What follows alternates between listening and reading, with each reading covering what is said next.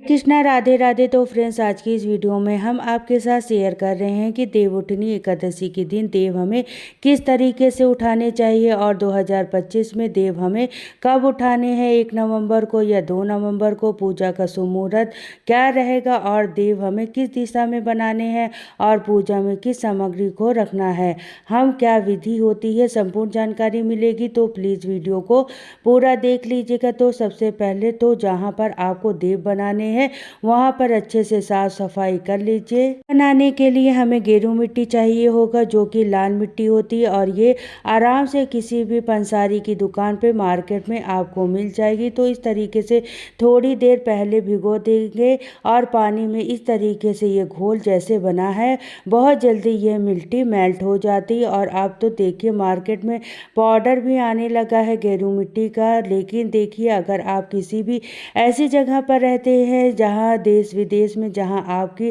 गेरू मिट्टी नहीं मिलता है, तो आपका मन है ये पूजा आप करना चाहते हो, तो फिर आप इस तरीके से स्केच कर कोई ले लीजिए, रेड ऑरेंज या ऐसे गेरुआ कलर का कोई देख लीजिए। कुछ ना करने से अच्छा तो कुछ करना होता है।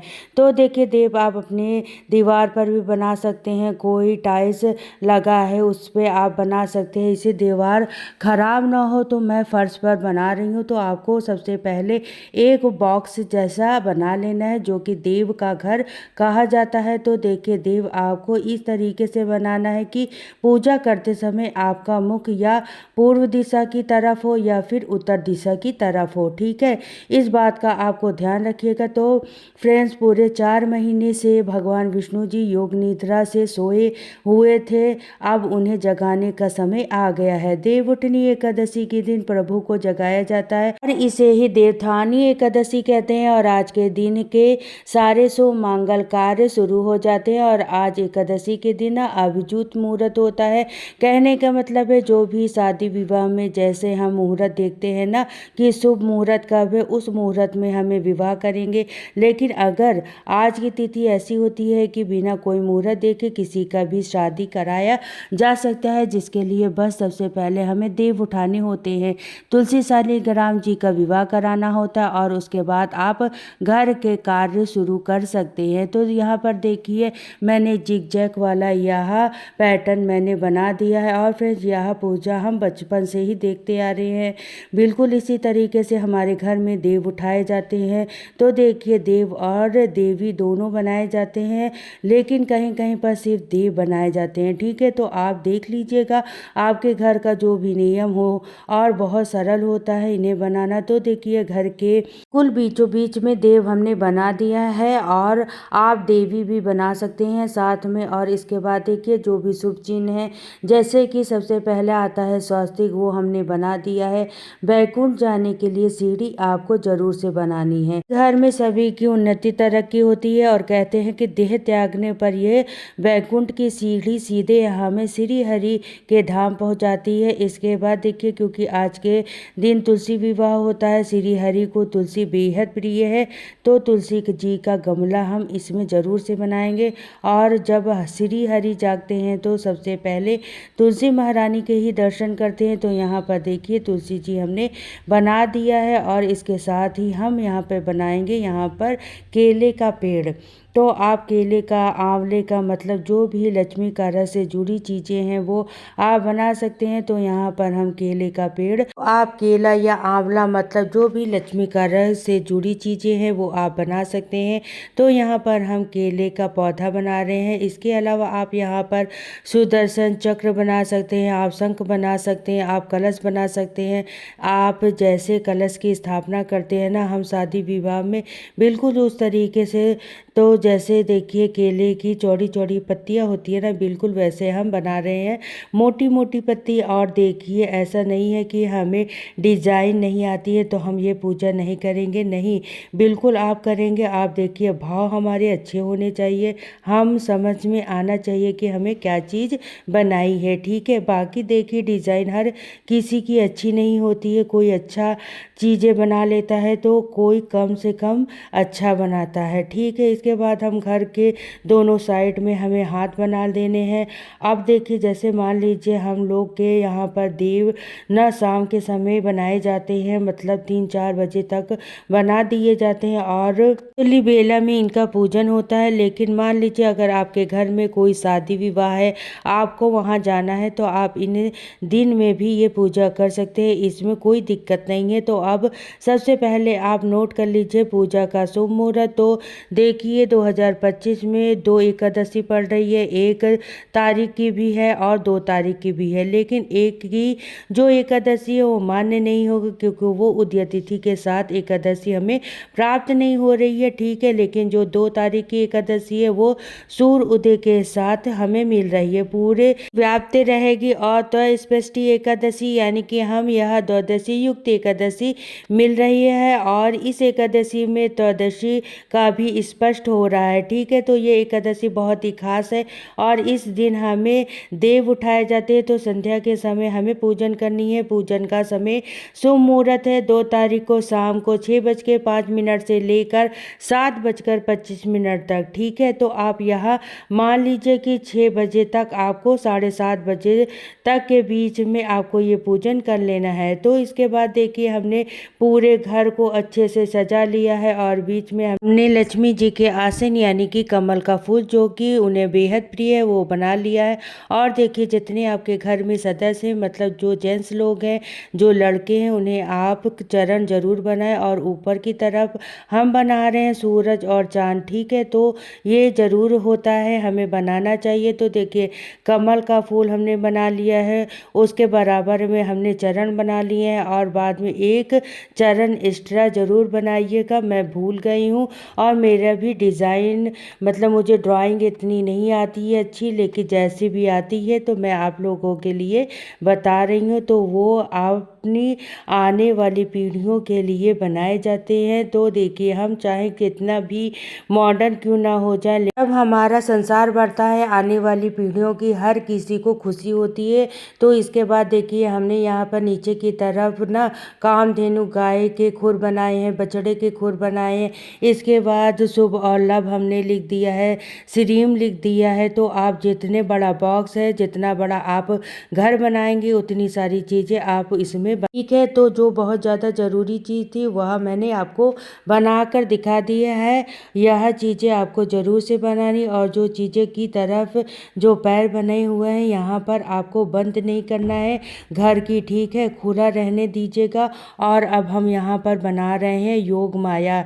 योग माया जिसके संसार सारे जीवन इसी में फंसा रहता है, और जब जीवन में दुख आते हैं तो भगवान को याद करता है, और सबसे पहले हमें भगवान की ही याद आती है। तो इसलिए कहते हैं कि भगवान को कभी भूलना ही नहीं चाहिए, इससे हमारे जीवन में दुख कभी नहीं आएंगे। तो देखिए आप 5 या 7 लाइन बनाइएगा।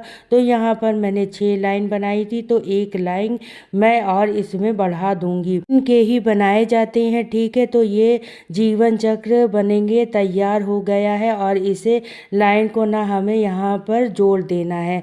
देखिए इस तरीके से हम इस लाइन को जोड़ दिए हैं, और इस योग माया के ऊपर हमें देव बनाने होते हैं। तो देव भी हमें शुभ संख्या में बनाए जाते हैं, जैसे कि 5 या 7, जितने आप बनाना चाहें। और इसके साथ ही फ्रेंड्स हमें आज के दिन अपने घर की सारी जितनी भी दहलीज हैं, वो चाहे आपका रसोई घर हो, कमरा हो या मुख्य दरवाज़ा हो, जगह पे दहलीज पर गेरू मिट्टी से डिज़ाइन डालना होता है, मतलब रंगोली बनानी होती है। माता लक्ष्मी के आप चरण बना सकते हैं, आप सुंदर सुंदर फूल पत्तियों की डिज़ाइन बना सकते हैं। ऐसा करना बहुत ही शुभ माना जाता है। तो गेरू मिट्टी और खड़िया मिट्टी आप ले लीजिए, सफ़ेद मिट्टी आती है वो भी आप दोनों से बना सकते हैं। अब देखिए सफ़ेद टाइल्स के ऊपर मैं आपको बना कर दिखा रही हूँ, तो खड़िया मिट्टी तो दिखेगी ही नहीं, इसलिए मैं आपको गेरू से बनाकर दिखा रही हूँ देव। इसके बाद देखिए जब यहाँ अच्छे से सूख जाएगा तो हम इसके ऊपर एक थाली ले लेंगे। थाली में देखिए अब चाहें तो गेहूँ अगर हो तो आप गेहूँ रख लीजिएगा और चावल हमें नहीं रखने हैं, क्योंकि यह एकादशी की पूजा है और मेरे पास गेहूँ है तो मैं गेहूँ रख रही हूँ। इसके बाद शकरकंदी, मूली और सिंघाड़ा, ये 3 चीज़ें हमें ज़रूर रखनी है क्योंकि ये नई फसल की चीज़ें हैं। इसके साथ ही देखिए गोभी आप रख सकते हैं, अदरक आप रख सकते हैं, क्योंकि ये सर्दियों की चीज़ें हैं, मतलब जो हम अब यूज होगी। और इसके अलावा आप कोई भी सब्जी रख सकते हैं, पर जो भी आपके घर में हो, आलू रख सकते हैं, टमाटर रख सकते हैं। अच्छा, आंवला आपको ज़रूर रखना है पूजा में, 2-5 आंवला जितने आप हो सके आप उतने ज़्यादा भी रख सकते हैं। रुई आपको ज़रूर से रखनी है, क्योंकि कपास की खेती होती है इस समय पर। और मूंगफली भी आप ज़रूर से रख सकते हैं। साथ में कुछ मीठा हमें रखना हो तो यहाँ पर गुड़ से बनी हुई रबड़ी रख सकते हैं, आप मिठाई रख सकते हैं या गुड़ भी रख सकते हैं पूजा में, ठीक है। तो जो भी हम नई फसल की चीज़ें हैं ना, वो आपको यहाँ पर ज़रूर सी रखनी है। इसके साथ ही देखिए हमें एक कलश में पानी रखना होता है, तो मिट्टी का, पीतल का, तांबे का, जो भी आपके पास कलश हो उसे आप ज़रूर से रखिएगा, क्योंकि जैसे हम गीत गाते हैं ना कि कोरे कलश मीठा पानी उठो देव पियो पानी, तो हमें ये भी पानी ज़रूर से रखना है। इसके साथ ही कुछ दक्षिणा हम ज़रूर से रखेंगे, क्योंकि बिना दक्षिणा के तो हमारी पूजा अधूरी मानी जाती है। इसके साथ ही हम यहाँ पर घी का दिया रख लेंगे। सरसों का तेल का भी दिया आपको नहीं जलाना है तो घी का ही दिया आप तिल के तेल का यूज भी कर सकते हैं। और देखिए घी आप थोड़ा गर्म करके डालिएगा, क्योंकि ठंडी का टाइम शुरू हो रहा है तो मिट्टी के दीपक में घी जम जाता है। इसके बाद देखिए हमें कोई भी थाली या परात लेनी है, वह बर्तन जूठा नहीं होना चाहिए, ठीक है। मतलब खाने वाला बर्तन ना हो तो आप परात ले सकते हैं जिसमें आप आटा वगैरह लगाते हैं, या कोई पूजा का थाली ले सकते हैं आप बड़ा। और इसे हमें यहाँ पर इसे ढक लेंगे। इसके ऊपर देखिए हमने स्वास्तिक बना दिया है, आप चाहें तो बना सकते हैं, आप चाहें तो नहीं भी बना सकते हैं। तो ये देव हमने बना दिया है, उसे भी अच्छे से हमें इसमें ढक दिया है। इसके बाद अब अपने पूरे घर का काम कर लीजिए, जो भी कार्य है आपके। और संध्या के समय जब घर में सब लोग आ जाए तब आपको सबसे पहले यह पर दिया जलाना होगा और गीत गाना होगा। उठो देव बैठो देव, उंगलियां चटकाओ देव, ग्वारिन के ब्याह करो ब्याह का, कौन ना करो कोरा कलश मीठा पानी, उठो देव पियो पानी, तुलसी के दर्शन कराओ देव, घी के दीपक जलाओ देव, तुमको चंदन लगाओ देव, तुम पर फूल चढ़ाओ देव। और देखिए आप अपना इस समय पर गोत्र भी बोल सकते हैं। और देखिए दिया हमें जला लिया, लेकिन पूरी थाली हमें बाद में उठानी है जब हमारा गीत पूरा हो जाएगा। यहाँ पर आप अपने घर के बच्चों के सभी के नाम ले लीजिए, परिवार के सभी सदस्यों के। इसके बाद देखिए धीरे से थाली हमने हटा दिया है और कहते हैं सबसे पहले जब नेत्र खुलते हैं भगवान के तो वो तुलसी जी के दर्शन करते हैं और उनकी आवाज़ सुनते हैं। तो तुलसी मंजरी आप पहले से एक दिन पहले ही तोड़कर रख लीजिएगा, एकादशी के दिन तुलसी नहीं तोड़ी जाएगी। तो यहाँ पर तुलसी मंजरी हमने प्रभु को अर्पित कर दिया है। इसके बाद आप चाहें तो गंगा जल के छींटे लगा सकते हैं और उसके बाद फिर देखिए हल्दी से, चंदन से तिलक कर दीजिएगा, वस्त्र रूपी कलावा आप अर्पित कर लीजिए और अब देखिए तिल चढ़ा दीजिएगा। फल हमें नहीं चढ़ाने हैं पूजा में, और इस पूजा में आपके घर के सभी सदस्य सम्मिलित हों, आपके बच्चे भी और जितने भी घर के परिवार के जो भी सदस्य हैं, ठीक है। और उसके बाद देखिए धूप दीप हमें दिखा दिया है और जो भी हमने मिठाई या भोग रखा है वह आप भोग लगा दीजिए भगवान को, और सभी को साथ में मिलकर ही पूजा करेंगे, सभी भोग चढ़ाएंगे। आप जल अपने प्रभु को जरूर से पिला दीजिएगा।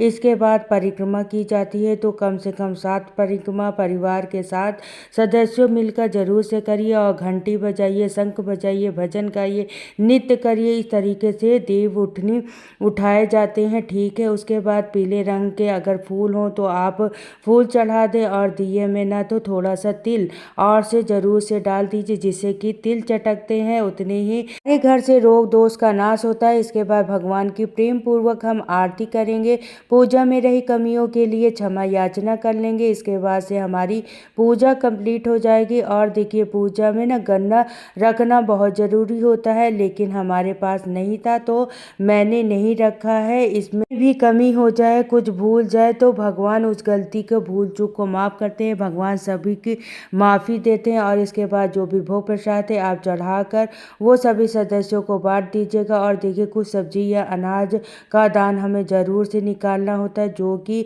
हम द्वादशी के दिन करते हैं। तो यह आप देख लीजिएगा, कुछ सब्जियां आप बना के भगवान को भी आप भोग लगा सकते हैं। उसके बाद प्रसाद रूप में आप सभी ग्रहण कर सकते हैं। तो आप देव हम रात को नहीं हटाएंगे, देव हम अगले दिन साफ करेंगे। तो गीले कपड़े से आप साफ करिएगा, झाड़ू वगैरह से आपको साफ नहीं करना है, ठीक है। तो पानी ले लीजिएगा किसी बर्तन में और एक साफ कपड़ा ले लीजिएगा। आप आराम से दबा के साफ कर लीजिएगा। पानी आप किसी भी पेड़ पौधों में डाल सकते हैं।